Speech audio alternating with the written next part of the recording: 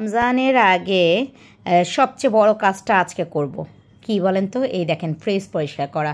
ফ্রিজের ভিতর গরম পানি অবশ্যই বলবো কেন দিয়েছি।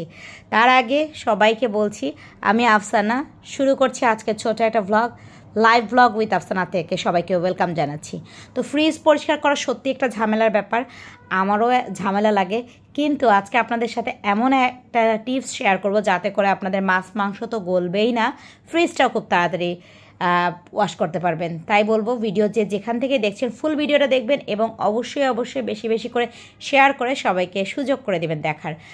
রেখেছি মাছ মাংস সব কিছুই বরফ অবস্থায় থাকবে আর সেটাই আপনাদের সাথে দেখাবো। তো এই যে দেখেন, ফ্রিজ থেকে সব বের করে নিয়েছি আর ফ্রিজের মধ্যে বক্স এত বেশি হয়ে গেছে, মানে প্রতিটা বক্সে কিছু না কিছু তো আছে, সেটাই আপনাদের দেখাচ্ছি যে কতগুলো বক্স হয়েছে। আর রোজার সময় ফ্রিজটা একটু খালি রাখলে ভালো হয়, যেহেতু এমনিতেই রোজার সময় একটু সব কিছু আমার মনে হয় যদি থাকে ডাল বাটাটা রাখতে হয়, তো ওই কারণে আসলে আমি ফ্রিজটাকে ভালোভাবে পরিষ্কার করে নিয়ে জায়গাটা ঠিকঠাক করে নিচ্ছি, যে বড় যেগুলো ছোটো ছোটো পটে আছে সেগুলো একটু বড় পটে নিয়ে যাতে করে জায়গাটা খালি থাকে। তো এই তো এগুলো সব এরকম আছে। আর এখন আমি এটাকে বের করে নিয়ে যেটা করলাম, গরম পানি করে নিলাম একটা সসপ্যানে, সেখানে আমি ভিনেগার দিলাম আর গরম পানি আর ভিম লিকুইড দিয়ে গরম পানিটা মানে কুসুম গরম পানির থেকে একটু বেশি গরম অবস্থায় ফ্রিজের ভিতর ঢুকিয়ে দিলাম, দিয়ে ডিপ ফ্রিজটা দেখেন বন্ধ রেখেছি। জাস্ট এভাবে 10 থেকে 15 মিনিট বা 20 মিনিটের মধ্যেই কিন্তু দেখতে পাবেন বরফগুলো জমা থেকে একদম খুলে খুলে পড়ছে, মানে গলতে শুরু করেছে।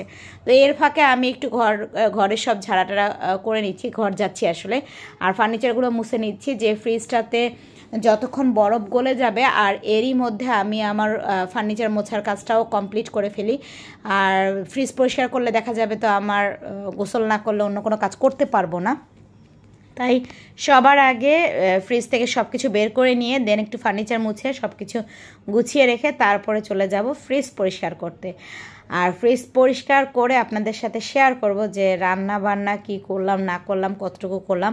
আর আজকে যেহেতু রোজার একদম আগ মুহূর্তে, রোজার আর মাত্র 2-3 দিন বাকি আছে, আর আমি যখন ভয়েস ওভার করছি তখন তো আসলে একদিন বাকি। দেখেন ধুলা কীরকম, মনে হচ্ছে জীবনেও এগুলো মোছা হয় না, প্রতিদিন ঝাড়া হয় কিন্তু তারপর কেমন জানি ধুলা হয়ে গেছে।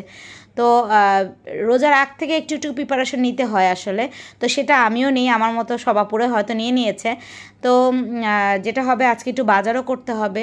আমি এবার রোজার বাজার খুব বেশি করব না, কারণ আমার কাছে আমি অনেকগুলো পোস্ট দেখি এবং আমি জানি, তবু এবার আসলে সেটা মানার চেষ্টা করব যে রোজার মাস আসলে সব সংযমের মাস, তো সব কিছু আসলে কম কম খরচ করতে হবে।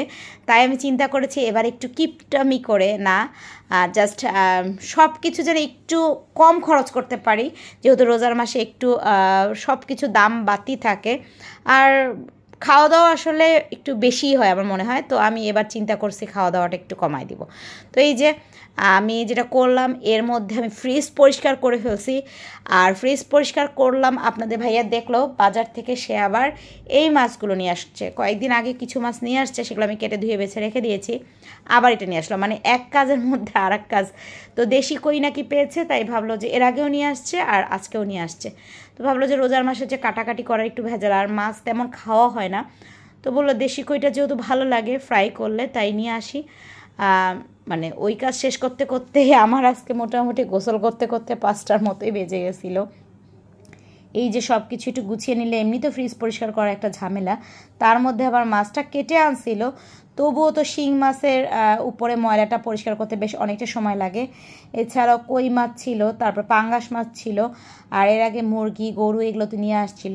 তো আমি সব কিছু আসলে এরকম বক্সে বক্সে করে রেখে দিচ্ছিলাম যাতে করে আসলে সুবিধা হয়। আর আমি এবার এটাও চিন্তা করেছিলাম রান্নাবান্নার কাজে বেশি সময় নষ্ট করব না, তাই আসলে গুছিয়ে নেওয়ার চেষ্টা। তো এগুলো সব গুছিয়ে নিয়ে দেন ফ্রিজটাতে রেখে দিয়ে তারপর রান্নাঘরে টুকিটাকি যে কাজগুলো আছে সেটাও তো করে ফেলতে হবে। আর যেহেতু শুকনো বাজার কিছু করে ফেলছি আর কিছু করব, তো সেটা আপনাদের সাথে আসলে কতটুকু শেয়ার করতে পারবো জানি না, তবে শেয়ার করব যতটুকু করা যায়। আসলে আমি এবার চাচ্ছিলামই না ফেসবুকে এই সব রিলেটেড বাজার তো নর্মালি করা হয়, বাট এই রোজা উপলক্ষে যা করি সেগুলো আসলে না দিতে, তারপরেও যেহেতু ব্লগ করি টুকিটাকি একটু দিতেই হয়। তো এই তো ফ্রিজ গুছিয়ে রেখেছি, আর এই যে চালের পটটা আমি উপরে রেখেছি, এই যে এটা, আর বাকি কিন্তু সব গোছানো, একদম ফ্রিজটা চকচকে পরিষ্কার করে রেখেছি। বক্স টকগুলো মাছ মাংস সব এক সাইডে আর কালো ডিপে রাখছি। আর এরকম সব মাছ মাংস আমি বক্সে বক্সে রাখছি, যাতে করে হচ্ছে আমার খুঁজে পেতে সুবিধা হয়। শুধু মাংসটা আমি পলিতে রাখছি, বাকি সব মাছ আমি বক্সে রেখেছি। তো এই তো রাখা শেষ। এখন আমার রান্নাও মোটামুটি শেষ করে ফেললাম, বেশি ঝামেলা করতে গেলাম না, যেহেতু ফ্রিজ পরিষ্কার করলাম। সন্ধ্যার পর একটু বাইরেও যাব, আর রান্নাটা দ্রুত সেরে নিলাম। অল্প কিছু রান্না করলাম যাতে করে দুপুরের খাওয়াটা আসলে কোনো রকম হয়ে যায়।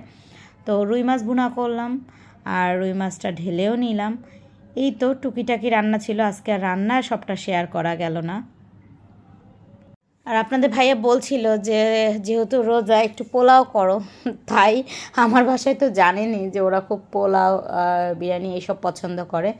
তো গরুর মাংস রান্না করা ছিল ফ্রিজে, এই জন্য বললো যে মাছ রান্না করছো, থাক একটু পোলাও করো। তো এই যে অল্প করে একদম 2 পট চালের একটু পোলাও করে নিচ্ছি, যাতে করে হচ্ছে ওরা খায়। মটরশুঁটি আনছিল, সেটা দিয়ে বললো যে একটু গরম গরম পোলাও করলে ভালো লাগতো। বললো যখন তখন তো করে দিতেই হয়, আর রোজার সময় তো দুপুরে খেতেও পারবে না। আর দেখা যাবে ইফতারিতেও আসলে আমাদের প্রায় সময় খিচুড়ি টিচুড়ি করা হয়, একবারে যেহেতু খায়। তো বললো, তাই ভাবলাম যে ঠিক আছে করে দিই। ওই রকমই হয় আমার, যেদিন কাজের প্রেশার থাকে সেদিন সব দিক দিয়ে প্রেশার আর হয়। আর আপনাদের ভাইয়া যেহেতু বাসায় ছিল, তাই প্রেশারটা একটু বেশিই ছিল, কারণ এই যে তার পছন্দ মতো মাছ আনলো, সেটা পরিষ্কার করে রাখতে হলো, আবার রান্নাও করতে হলো। মানে এই করতে করতে কোন দিক দিয়ে যে মানে দুপুর পার হয়ে যাচ্ছিল আসলে বুঝতেই পারিনি। তো শর্টকাট রান্না কি কি করলাম সেটা দেখিয়ে নিয়ে আসি আপনাদেরকে, চলেন। তো এই তো রান্না করলাম হচ্ছে বাঁধাকপি দিয়ে ডালের বড়ি, গরুর মাংস রান্না করা ছিল, পোলাও, সালাদ, আর রুই মাছটাকে রেখে দিলাম যাতে রাতে খায়। মটরশুঁটি দিয়ে পোলাও গরম গরম রান্না করলাম। তো টেবিলে দিতে দিতে অলমোস্ট 3:30 বেজে গেছে, তো ওরা খেয়ে নিবে।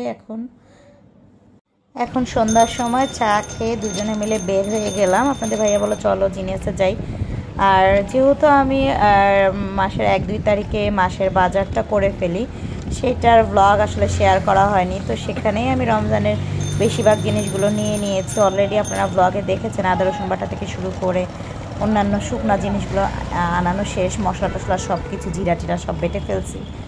তো ওইটা শেয়ার করা হয়নি, জাস্ট বললো চলো যাই, টুকিটাকি যেটা নিবা নাও, আর খেজুর টেজুর দেখো কোন খেজুর নিবা তেল। এই জন্যই দুজনে বের হয়ে গেলাম। আর বের হতে হতে একটু দেরি হয়ে গেছে, এখন অলমোস্ট 8:30 বাজে। তো চলে গেলাম দুজনে বসুন্ধরা গেটে। এরপর ওখানে গিয়ে যা যা লাগে নিয়ে নিলাম। আর অবশ্যই শেয়ার করবো টুকিটাকি করে, সবটা শেয়ার করব না এবার। আর দুজনে যে রিক্সায় যাচ্ছিলাম, আর এত ভিড় বসুন্ধরা যেতে, মানে গেটে যেতে না ভালোই লাগে না। তো রিক্সায় যাচ্ছিলাম, এরপরে দেখলাম এত ভিড়, তারপরে আমি বললাম যে আর বসে থাকতে পারছি না, চলো হাঁটি। তো হেঁটেই আমরা রিক্সাটা ছেড়ে দিলাম, এরপরে হেঁটেই আমরা চলে গেলাম জিনিয়াসে। আর জিনিয়াসে গিয়ে ওখানে টুকিটাকি যা পেলাম কিনে নিলাম। আর এই দেখেন বসুন্ধরা গেটটা সব সময় দিনরাত 24 ঘন্টা একই রকম ভিড় থাকে। এরপরে জিনিয়াসে ঢুকে টুকিটাকি যা লাগে সেগুলো নিয়ে নিলাম। নিশ্চয়ই আপনাদের সাথে টুকিটাকি করে পরের ব্লগে শেয়ার করব। আজকে আবার সবাইকে রমজানের শুভেচ্ছা জানাচ্ছি, আর কালকে দেখা হবে।